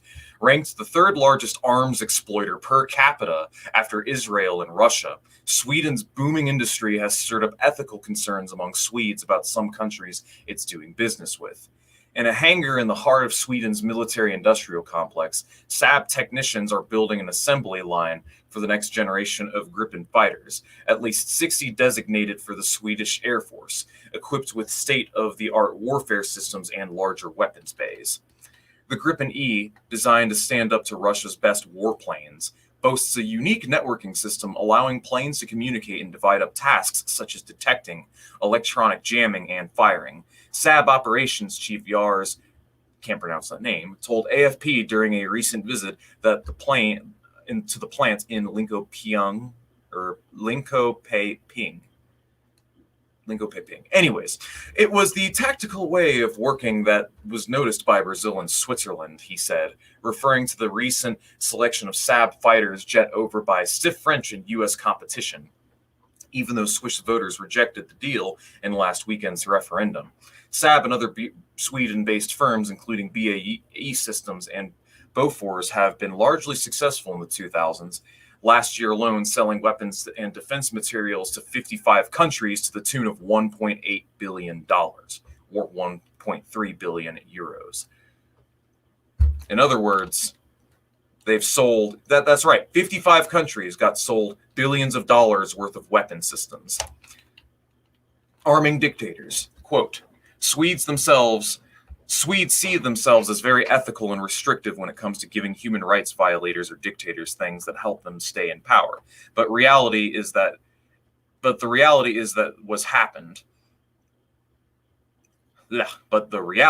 has happened, said Simon Wesselman, an arms expert at the Stockholm International Peace Research Institute. In the last decade or so, they've been more open to it because of those are the markets, he added. Yep, those are the markets. That's what profits. The profits flow where the profits flow. And, you know, if it means giving Bjorn in Sweden his health care and his trust fund and, you know, financial security, that's fine as long as it, you know, is at the expense of other people in the third world, am I right? So that's what the markets are. I don't really feel the need. I'm going to link all these articles. But here, let's go over the jobs economy part. Some 30,000 people are employed in the Swedish defense industry, many of them in towns where arms factories are the largest private sector employer. So yeah, now they arm dictators, they hire tens of thousands of people for production, they export billions of dollars of arms per year. You have all these gas and oil companies that extract super profits through their unequal exchange policies, and you have effectively the subsidization of these extremely wealthy and high living standards. So, and this is very much very pertinent and very much in line with the social democratic tradition, is it not? You know, what's the what was it that bought America its prosperity? Oh yeah, that's right. After World War II, America became a prosperous superpower once more, and all it required was the rest of the industrialized world be bombed to smithereens. So yeah, social democrats, you can have your social democratic reform. You can subsidize the high living standards of the domestic working class and maintain a capitalist class as well. You can have them live in harmony if you want to. All it requires you to do is pilfer and plunder and bomb millions of people to death, you know? So if that's your prerogative, that's your prerogative, but I can't call you an ally to the cause if this is really what you honestly think is the best way to conduct ourselves in terms of, you know, political and economic reform. I have one more video or one more article that I'd like to review before we come to a close. So let me go ahead and pull it up, and it's going to talk about the detail of the economics of modern imperialism. It's off the next recession. But before we get to it, I'm going to read some comments yet again. I didn't know Nestle was a Northern European. Is Nestle? Hold on. Nestle's a pretty shitbag corporation. So it's Swiss. Oh my God, Nestle's Swiss. I had no fucking idea. Well, there you go. Nestle's a shitbag corporation too. So fuck them too. They're trying to privatize all our water. Fuck Nestle. Oh, yeah, no, and it manipulated and dominated markets through the use of its petrodollar. Like, yeah, we'll redevelop you, Europe. We'll rebuild you, Europe. But we're going to get you hooked and trading on our dollar, on our world reserve currency. And that's the reason why America is able to strangle countries that don't fall in line, is because we have the petrodollar. Anyways, so let's go ahead and review this article. Damn, we've lost some viewership. But I'm glad you guys are with me.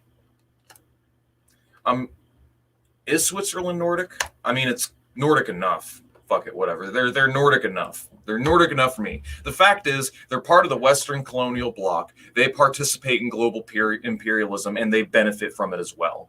There's a reason why the world has developed the way it has. So let's go ahead and talk about the detailed economics of imperialism from this glorious article that I went through before we got started. The economics of modern imperialism. So let's go ahead and scroll down to the relevant parts. If we focus on the transfer of value from the periphery to the imperialist countries, there are several ways that this is achieved. There's value transfer through unequal exchange in international trade, through global value chain flows, quote, transfer pricing, with multinationals through factors, income flows, debt interest, equity profits, and property rents, through seniorage, i.e. the control of monetary supply, dollar is king, and through capital flows, foreign direct investment inflows, and portfolio flows, i.e. buying and selling financial assets. So which are the imperialist countries? Carachetti and I define them as those countries which get a long-term appropriation of value from subaltern countries. And this is achieved by the appropriation of surplus value by high technology companies, and countries from low technology countries. So imperialist countries can be defined as those with a persistently large number of companies as measured by their high national average organic composition of capital, or whose average technological development is higher than the national average of other countries. In our work, we use IMF data on net primary income flows between countries. These are the cross-border flows of profit, interest, and rent.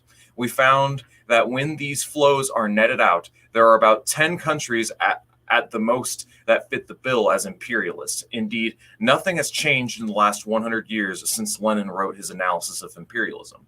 It's still the same countries. No others have made it from the dominated imperialist status. Net primary income per head is concentrated in the G7, plus a few other small states and the tiny tax haven states. Every other country is in also-ran. So let's see. Primary income credit per person in dollars. The G8 plus countries own the vast bulk of all foreign-owned assets. Even the so-called BRICS, Brazil, Russia, India, China, and South America, own little abroad compared to the imperialist countries. The G8 has 6 times as much foreign direct investment stocks as the BRICS. So let's see. Ooh, Sweden right at the top. And then we have UK, the US, France, Germany, Canada, Japan, Australia, Hungary, Spain, Italy, Korea. How about that? How about that? Foreign direct investment from the G8 countries. This is it. And then we have the BRICS. So we have BRICS right here. They're increasing their foreign direct investment, but it's really the G8 countries that are exporting all the capital, the investment. Like, look at this. In the trillions of dollars, the increasing growing amount right here. You can see it right here, all based on IMF statistics. We're not going to read the whole article, but I just wanted to go through that part and this part.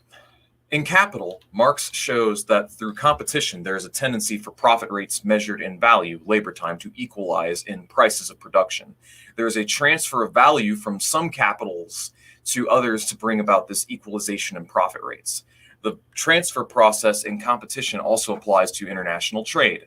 The transfer of value from the dominated to the imperialist economies is achieved by the tendency to equalize rates of profit between nations in the international market for goods and capital. The periphery has less technology and more labor power, and so produces more value in labor time to make the same product. The imperialist countries have more technology and less labor, and so produce less value in labor time. When profit rates are equalized through competition in world markets, then a portion of the extra surplus value has been extracted from workers by the capitalists in the South, gets transferred to the capitalists in the North. So although international trade in goods and services appears to work through equality in exchange, money for goods, goods for money at set prices, beneath the surface, there is an unequal exchange of value. The imperialist capital gains extra value while the peripheral capitalists lose value. Figure 13 of my PP presentation shows how value transfer works. The economic foundations of imperialism. Carkeji and I made calculations of the magnitude of the transfer value. We used some aggregate databases applied to formula transfer. Let's see. Then with China becoming a great trading force, there was a takeoff from the 90s to reach over 120 billion. So yeah, China's exporting capital now, but it's still nowhere near on the scale of the Western colonial powers. So the point of all this is that the Nordic countries are not absolved of responsibility in all of this. Not responsible. They're not responsible in all of this. Or the Nordic countries are not absolved of responsibility. They're part of global trade. They participate in these arms deals. They sell weapons to dictators in the third world. They participate in NATO drills. They helped bomb Libya to smithereens. They arm dictators in the third world. The reason why they have the living standards that they do, aside from the fact that they had such an early head start to industrialize, is because the fact that they participate and they are very much, they share blame in all of this, in the whole imperialist chain. That's why I refer to the United States as well as the Western European countries as like the Western colonial bloc. And the Nordic countries are junior partners in that imperialism because they actively and directly participate in it. And if you're going to be a social democrat or someone who claims to be in favor of, working reform, you want to be the compromise between labor and capital, know that there can be no compromise between labor and capital. For capitalism as a system is a zero-sum game.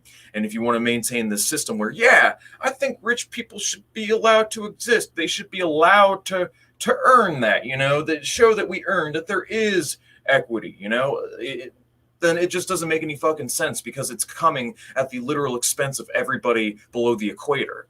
You can't honestly say, I guess you can say that you're pro-worker, but really you're just, if you know all of this and you're still in favor of these policies, you are a chauvinist. You are a Western chauvinist. There really is no other way about it, because you don't give a shit about workers in the third world, because in order to pay for your social democratic reforms, it's just going to end up screwing workers in the third world that much harder.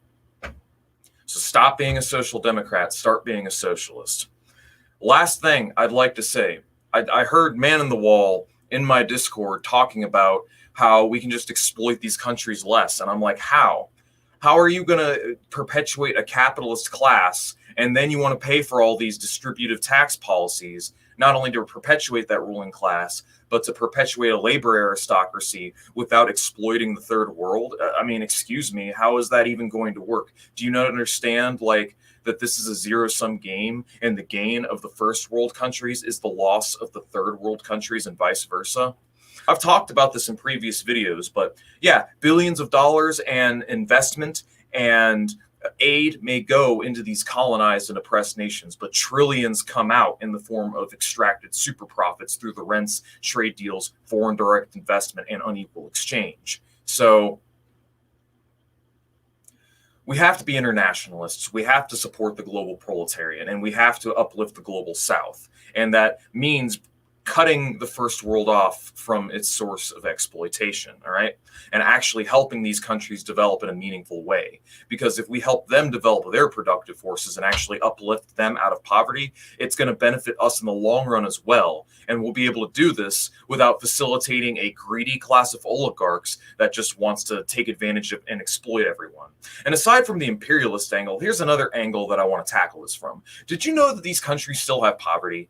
Did you know, in spite of the fact that their wealth and their place in the world and their high human development indexes, they still have poverty? 5 to 10% of the people in these countries are still below the poverty line. That's 1 to 10, 1 to 20 people. That might be acceptable for you, but it's not acceptable for me that we have that's like 1 in 5. That's like 5 in 100, 10 in 100 people. That's a lot of people, if you think about it, that are living in immiseration, a growing number, because even in the G8 countries, even in the Nordic countries, income inequality is still increasing.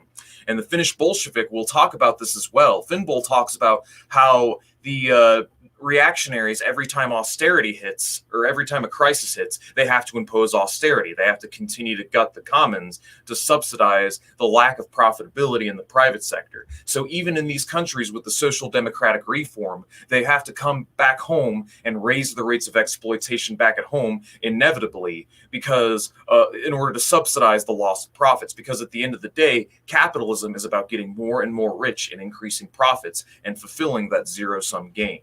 So at the end of the day, you're still going to have your you're still going to have austerity.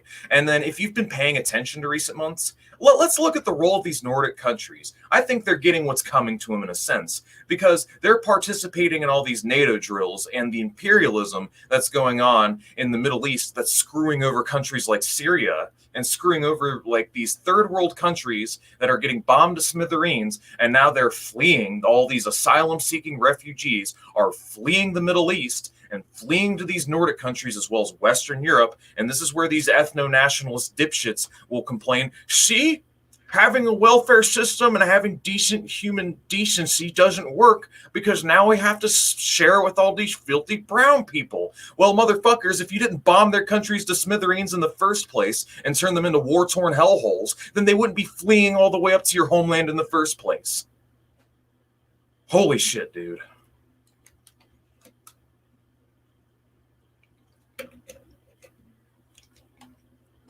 So yeah, it's just such a joke to me, man. It's such a fucking joke. In spite of all that reform, all that redistributive tax policy, they still have homeless people. They still have poor people. They haven't eliminated poverty. And it's fundamentally because of the fact that they're still capitalist. And my point still remains that if the imperialism was dropped, if the imperialism was dropped and there was a full transition to socialism, you could uplift the third world. And guess what? The first world could still have unbelievably high living standards because now you're not subsidizing the existence of fucking billionaires, all right? You're not subsidizing a wasteful and inefficient class. And yeah, this means we have to make a shift away from consumer spending and consumer economies in general and focus more towards access and distributing according to need, you know? Doing away with planned obsolescence and all the waste and inefficiencies. You know, markets being efficient, market systems being efficient, and the system as we have it now is a total fucking meme. And people that are saying that like this global neoliberal system is so great are unbelievably out of touch with reality. All right. And now we can transition into the breadtube rant for the last 15 to 20 minutes of this stream. All right, let's talk about it. Let's read some comments first. Someone asked me a little bit ago about the debate between Infrared and Vosh. All right, let's talk a little bit about this. All right, so I watched this debate between Vosh and Infrared, and I thought it was pretty fucking ridiculous.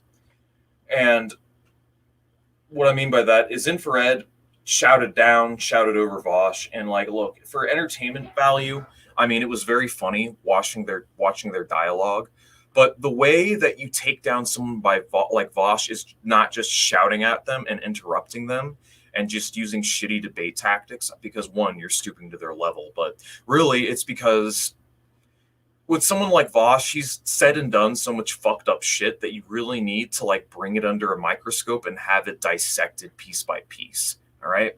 You need to bring all of these things into the light and explain why what he says and what he's advocating for is a bad thing. All right. So if you're going to take down someone like Vosh, I mean, the best way to do it is just to point out how in practice he's a Democratic partisan simp, how he shits on revolutionary socialists, and how he is very much a Western chauvinist. That's what a lot of these guys are. They're just Western chauvinists. They want to like focus in on like the quote unquote evils, mistakes, blunders, and shortcomings and excesses of communist regimes, while at the same time acting like they're, you know, the Western countries shit don't stink, when really the Western countries have unbelievably more blood on their hands, you know. And he does a disservice to the cause, and he does a huge disservice to the cause when he constantly berates us and compares us to Nazis and fascists and says that fascism is going to come from the Republican Party. Actually, no, it's not. Fascism is not going to come from the Republicans. It's actually more likely to come from the Democrats, because historically liberals are the ones that have enabled, embedded, and helped out fascists come to power. Liberals have straight up enabled it historically. And all one has to do is look at the history of, say, the Horthy dictatorship in Hungary to see a golden example of this. You know, I have a classification for fascism because no one seems to know what it is. I have one. I didn't even know what it is up until recently. And I had a left comm actually teach me. Go figure. Leftcom. Well, I would define it. This isn't the liberal definition. This is the one I'm going to be going on from now on because it seems to be the most historically relevant and accurate and scientific definition. But it's not a political economic mode so much as it is. Well, it is a political mode. But the best way to describe it is it is a cultural and historical political phenomenon that arises in reaction to the failure of a socialist movement. In response to the failure of a socialist movement, fascism emerges and arises. I mean, and if you look at any historically existing fascist regime, you'll see this. Like I said, with the Horthy dictatorship in Hungary, failed socialist revolution. Socialists took power in about a third of the country, and they took control of a third of the country, and they maintained control for about 4 months until they were ultimately betrayed by their allies, liberal allies nonetheless. And the Social Democrats within the Horthy dictatorship very much act like controlled opposition, putting a knife in the back of the revolutionaries, and ultimately propping up and enabling and acting as controlled opposition on behalf of the Horthy dictatorship in Hungary. Under Horthy, Hungary would go on to be an extremely poor, unequal, and highly religious, hyperzealous fascist government. Like, Hungary was a shithole before the Soviets came and liberated them. All right. So there's your golden example right there. Or, you know, the Social Democrats, the Freikorps in Germany betraying Rosa Luxemburg. They had her beaten, tortured, and then taken out back and shot. That's what they did to her. The liberals have been the ones that have propped up and enabled fascism as a response to socialism. And then fascism comes along and basically terrorizes the working class back into their base. And historically, at the very least, has propped up war economies where it will directly go around and about, ravaging and just plundering everything in sight. And it's for this reason that historical fascist economies, or what I would like to call war Keynesianism, Fordist Keynesianism, or yeah, basically war Fordist Keynesianism. You fuel your fucking regime with these spoils and the plunders of direct hot warfare. And that's exactly what these countries did. And there are fascistic elements and characteristics within the way the United States behaves now. But in all honesty, I wouldn't classify America as fascist or anywhere near fascism because there is no existing threat to the establishment. There is no large burgeoning socialist movement. There are the seeds of a socialist movement, but there is no socialist movement itself. The left is largely impotent in the United States, and as long as there is an impotent left, there is no threat of fascism, because as I've said, it's a cultural and historical phenomenon. It is a reaction to socialism. It is a reaction to revolution. And where there is no reaction and where there is no socialism, there is no reaction. So likely we're just going to have more and more of the liberal status quo. So the neoliberal status quo is there to trick and manufacture consents to keep people into servility. Social democracy is there to bribe people into it. Fascism is really there to just directly terrorize the working class into staying servile and brutally suppressing, basically suppressing the working class into submission and closing shut the contradictions of capitalism. So that is the hardline definition, and this is what radlibs don't understand what fascism is to be. They think neoconservatism is fascism. They think Donald Trump's a fascist. He's not fascist. I mean, there are definitely fascistic components and undercurrents within his movement. Don't kid yourself on that one. But Donald Trump himself, when you compare him to, say, a George Bush or a Mitt Romney, he's really just a standard neocon. Like, really, like, all his policies are the logical continuation of neoconservative policies of old. That's all it is. And all Joe Biden is the logical continuation of Obama-era neoliberal policies. And the idea that, like, electing Biden is really going to stop the far right, it's akin to saying we need to vote for Hindenburg to stop Hitler, you know? But like I said, good news, we don't have to worry about a fascist uprising anytime soon because there is no fucking left to pose a threat to the liberal status quo. So they don't need to make a deal or a pact with the devil to destroy us, basically, is what I'm trying to say. So more on that. I'm starting to see liberalism and fascism as like two sides of the same coin, to be honest. It's sort of like the carrot and the stick. I mean, all you got to do is look at the way, like, what some of these people behave. Like, very fascistic components reveal themselves, and they do reveal their hands from time to time. I mean, look at Destiny with his comments that, you know, he's tired of these protests, and he says SG shit like he wants these hard right militias to gun down, you know, BLM protesters. There's an example of that right there. You've got wannabe communists. Not going to drop any names, but wannabe communists. You know, the flies that have flied out from the ass of destiny.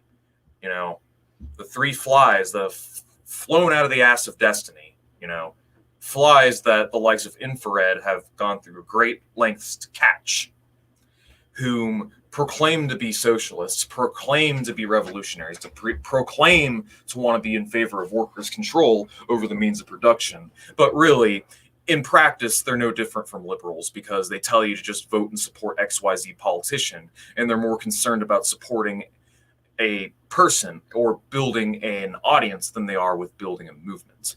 So I'm going to say this right now. The reason why we get rad libs is because of the way YouTube functions. Radical liberalism, it's a grift. It's a business model. That's all it is, all right?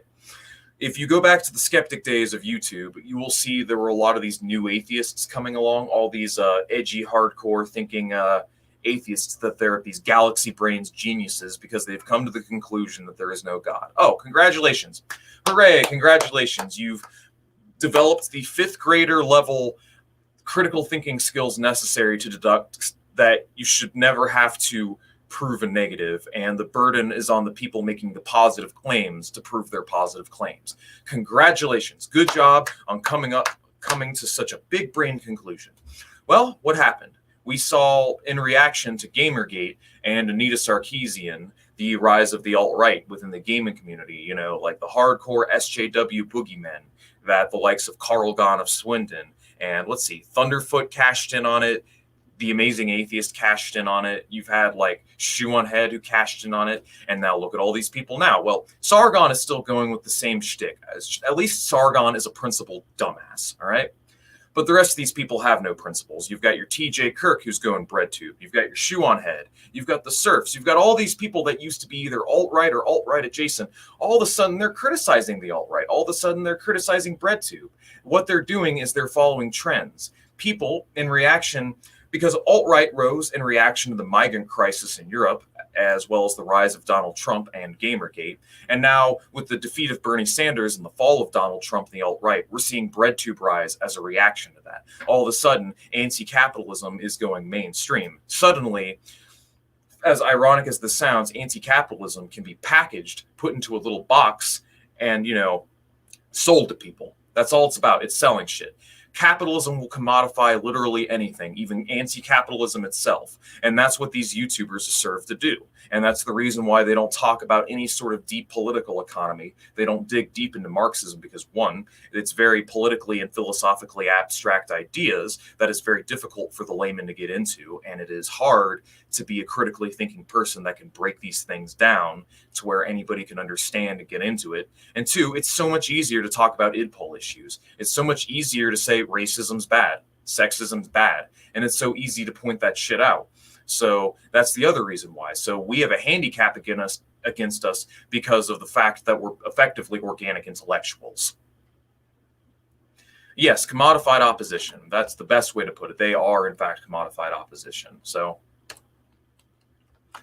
I do think there's value in voting. No. At this stage in my political development, no.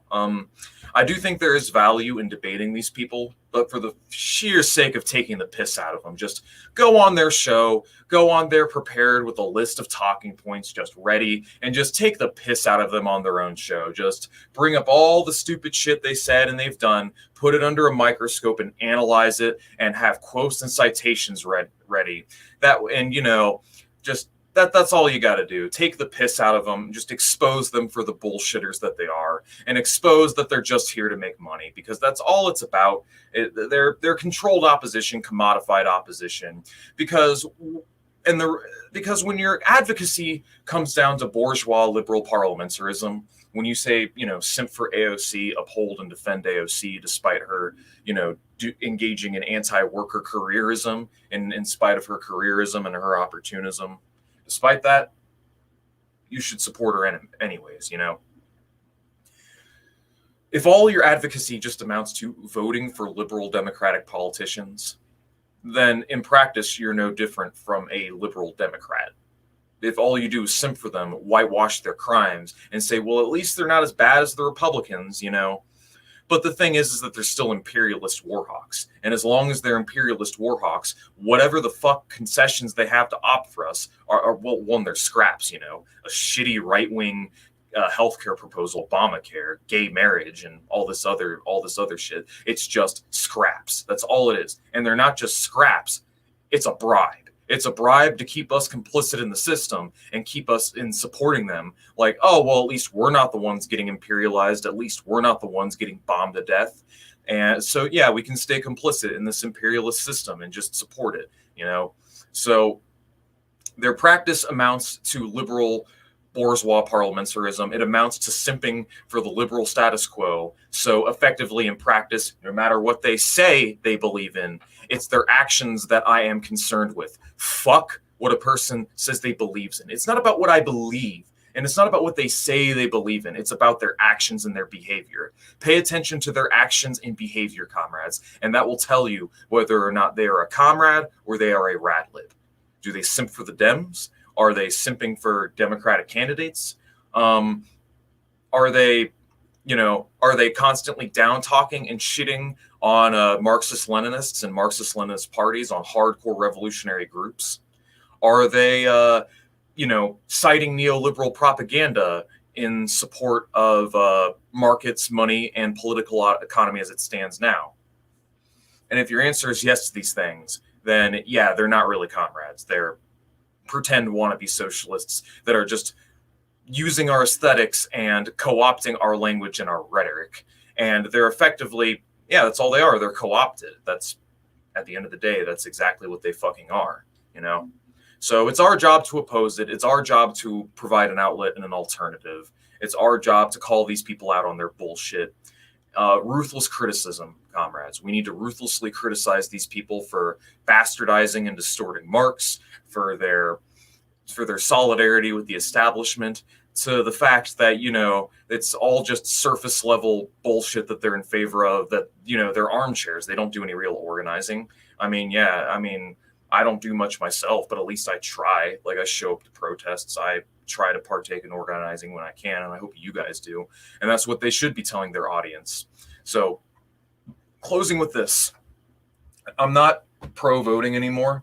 If you want to vote third party so you can so-and-so count numbers and propaganda purposes, so on, sure.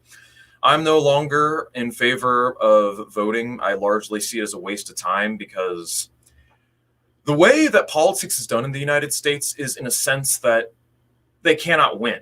Like, it's basically, you're never going to win because the system's rigged from the bottom up to work against you. So no third party can possibly win, all right? So there's that. And and the thing is that the vast majority of Americans don't vote anyways. Like, most Americans do not vote. The only reason there was record turnout recently is because of the massive amounts of propaganda to vote blue, like the ungodly amounts of propaganda and manufacturing consent, the big brainwashing corporate media campaign. Do people realize that the powers that be know this? Like, they get together and they carefully socially engineer this shit to get everyone in on it and to get people to think they're being independent, critical thinkers. Oh, we gotta vote Hindenburg to stop Hitler, but really they're just complicit in the system. And I'm sorry to say that if you fell for it, then you've been fooled. You've been bamboozled. All right. And the likes of the asses, or the flies, flying out from the ass of destiny, they all fucking fell right hook, line, and sinker for it. And, that's what you get for being a basic bitch rat lib. But anyways, so as I was saying, you should go to the people directly themselves. Most people don't organize anyways, or most people don't vote anyways. Most people are disillusioned with the system and think it's bullshit. So rather than going out and telling people to vote for XYZ politician that's likely going to get compromised by the system and get co-opted anyways, because that's all that it does. That's what it does. That's all it does. How about you, rather than that, you go directly to the people themselves and you organize amongst them, and you form institutions of dual power outside of the status quo itself. But this means pulling money, power, energy, and resources together to do it. So the Amazon Union in Arizona, that has infinitely more potential than anything that the likes of Vosh or Vanderpig are ever going to do or ever have done. All right. So when people attribute rising living conditions and better wages to the Biden administration and campaign, know that it has nothing to do with Joe Biden and the fact that labor is growing increasingly militant in the United States, and that it is labor taking its power and labor bargaining for its power. It has nothing to do with Biden. Trump probably would have made similar concessions, because historically Republicans actually have when there's enough leverage against them, you know. But anyways, I think that's all I have to say for now. Thank you for joining me this evening. Red salute, comrades.